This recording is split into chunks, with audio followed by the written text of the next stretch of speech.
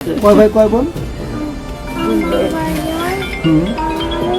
আজকে আমরা অনেক বছর দিই আমরা আল্লাহর মধ্যে এখন হয়ে গেছে। ওর বয়স কত? ওর বয়স হচ্ছে গিয়ে 10 মাস। 10 মাস। 5 বছর। কোনো কথা কম নাই। দিছে তো টিকা তো দিছে তোমাকে নাকি? স্যার একটু ধরেন ওরে, একটু ধরেন স্যার।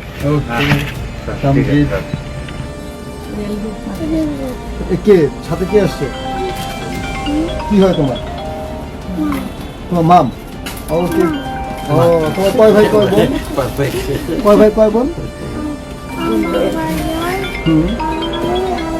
ছোট আছে, ওর ছোট আছে কি? ওই সবার ছোট। আগের বাচ্চাদেরকে হাম দিছিলেন, ইনজেকশন দিছিলেন হামে? কোথায় দিছিলেন তোমার? তখন গ্রামে দিছি হেরাও দেখা হয়েছে ছোট বড়। আচ্ছা, একটা ডোজ পেয়েছিল?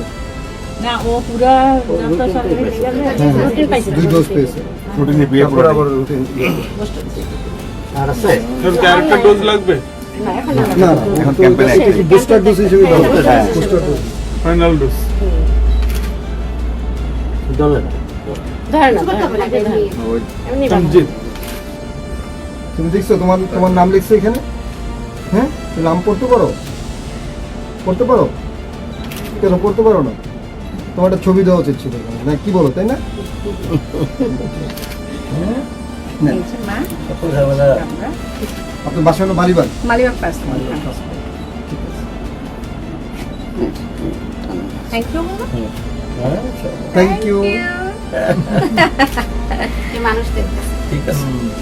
পরিবেশ খুবই ভালো ছিল। আমি নিয়ে এসেছি আমার বেবিকে, তো আমি ভেবেছিলাম অনেক ভিড় থাকবে, কিন্তু আসলে খুবই সুন্দর এবং একটা সুন্দর পরিবেশে আমি আমার বাচ্চাটাকে ভ্যাকসিন দিই। ওর বয়স কত? ওর বয়স হচ্ছে গিয়ে 10 মাস। 10 মাস। 10 মাস। কিন্তু আগে আপনি ইয়ে পেয়েছেন, মানুষের ইয়ে থেকে না, ও পায়নি, ও আসলে বাইরে ছিল, তো ও জাস্ট এসেছে বাংলাদেশে। দেশের বাইরে কোথায়? ও কোলে দিচ্ছে। কোলায় না। এই যে একটু দেখ, ইস্যু হতে পারে, আপনি তো জানেন মনে হয়। তো অনেক সময় একটু ব্যথা হয়, একটু জ্বর হয়, এই ধরনের ইস্যু হতে পারে। হ্যাঁ, সেক্ষেত্রে হলো আপনারা জাস্ট প্যারাসিটামল দিয়ে আমাদের সিরাপ আছে সেটা দেবেন।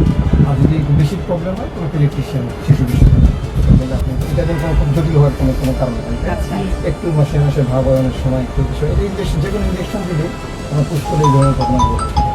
সেই হিসাবে এটা এরকম না যে হামের টিকার কারণে সেটা হচ্ছে তা। আমাদের বুঝতে পারছেন, যে কোনো আপনি ইঞ্জেকশন দিলে বাচ্চাদের ক্ষেত্রে, যে কোনো ভ্যাকসিনেশন করলে, আপনাদের কোভিডকালীন সময় ভ্যাকসিনেশন করছে, জি, জি। সেগুলো আপনারা দেখেছেন যে এই ধরনের সমস্যা অনেকগুলো অ্যারাইজ হয়। দেওয়া আছে। ওগুলো টাকা দিয়ে কি হইতে পারে? Immediate complication? যে হঠাৎ করে একটু ইমিডিয়েট একদম। একটু সাকসেস হয়ে যেতে স্যার আপনারা কেমন পাইছেন এরকম? আমরা আল্লাহর মধ্যে এখনো পাইনি। অ্যানাফিল্যাক্টিক শক যেটা হয় আর কি, অনেক সময় ভয়ও হয়। ভয় অ্যানাফিল্যাক্টিক শক হয়ে যায়। আজকে আমরা অনেক বছর দিই আমরা আল্লাহর মধ্যে এখন হয়ে গেছে। এইটা কিন্তু সেন্টার। আগে আমাদের অনেক বড় প্রতিষ্ঠান ছিল, যখন ফান্ড বন্ধ হয়ে গেছে, বন্ধ হয়ে যাওয়ার পরিক্রম ছিল, তখন আমি আর কি এখানে দেখতে এখানে পুলিশ হাসপাতাল, মানে আমার এখান থেকে সব জায়গায় যায়,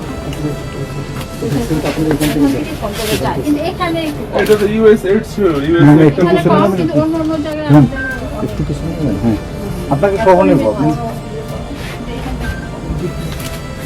এখানেও কম। একটা তো শুরু হলো তো। হ্যাঁ, এই 11টা 4টা পর্যন্ত। না, এটা ঠিক আছে, আপনি এই এরিয়াটা একটু কনসিডার হ্যাঁ, 12টার আগে।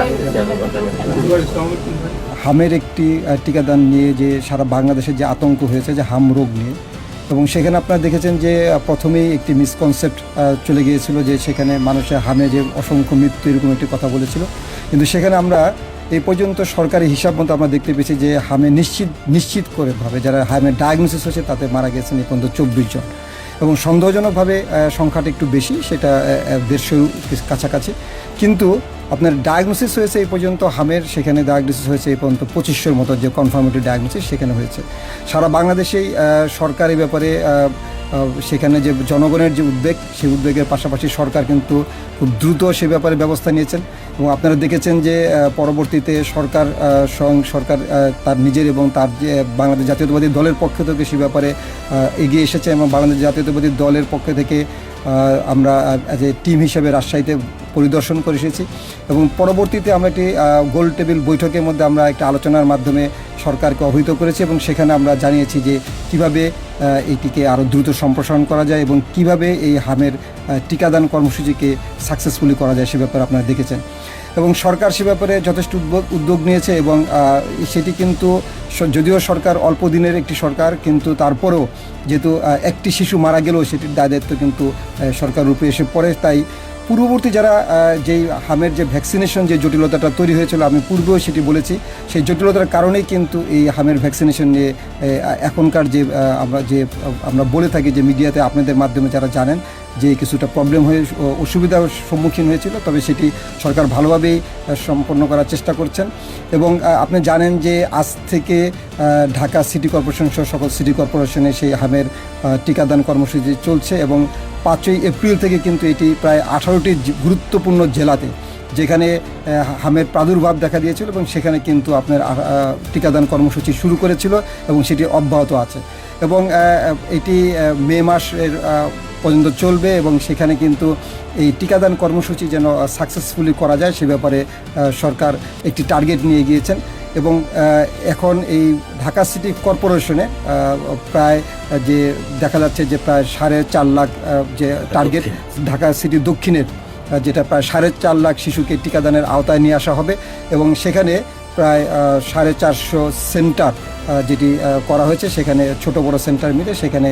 টিকাদানের কর্মসূচিগুলো আজকে থেকে কিন্তু শুরু হয়েছে এবং এই টিকাদান কর্মসূচি খুব ভালোভাবে হয়েছে এবং যারা আসছেন টিকা দিতে তারাও অত্যন্ত মানে তারা এই ব্যাপারে তাদের সন্তুষ্টি প্রকাশ করেছেন এবং তারা সন্তোষজনকভাবেই তারা এই টিকাদান কর্মসূচি তারা চালিয়ে যাচ্ছেন এবং এখানে যে ভ্যাকসিনেশনের যে প্রক্রিয়াটি সেটি কিন্তু একটা চেইন প্রক্রিয়া যেটা আমরা বলি সেখানে কিন্তু আপনি দেখা যাচ্ছে যে তাদের যে ভ্যাকসিনটা ফ্রিজিং যে একটা নির্দিষ্ট তাপমাত্রা রাখতে হয় সে ব্যাপারেও তাদের যথেষ্ট সচেতন তারা এখানে আমি এই সেন্টারটি দেখে গেলাম এবং সেখানে দেখছি যে তাদের যে চেইন প্রক্রিয়াটি আছে যেমন তারা ভ্যাকসিনকে ক্যারি করার জন্য যে প্রক্রিয়া সেগুলো তারা মানে বেশ ভালোভাবে তারা একটু ওয়েল মেনটেন করছে এবং আমি আশা করি এবং দেশবাসীর কাছে অনুরোধ করব যে আপনারা অবশ্যই যেন আপনারা এই ভ্যাকসিনেশন যে প্রোগ্রামটি সরকার হাতে নিয়েছেন সেখানে আপনারা সকলের সহযোগিতা করবেন এবং আপনাদের যারা বাচ্চা আছেন বিশেষ করে 5 মাস থেকে 59 মাস পর্যন্ত আপনারা সকলেই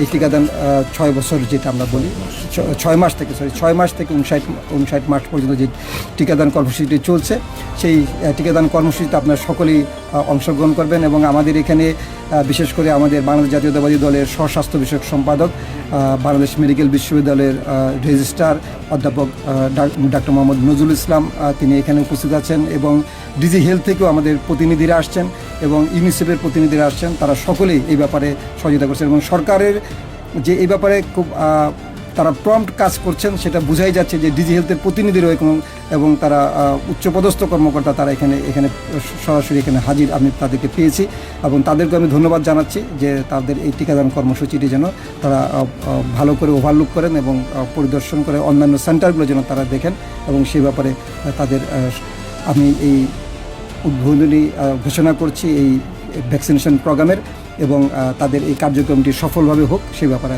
আশাবাদ ব্যক্ত করছি ধন্যবাদ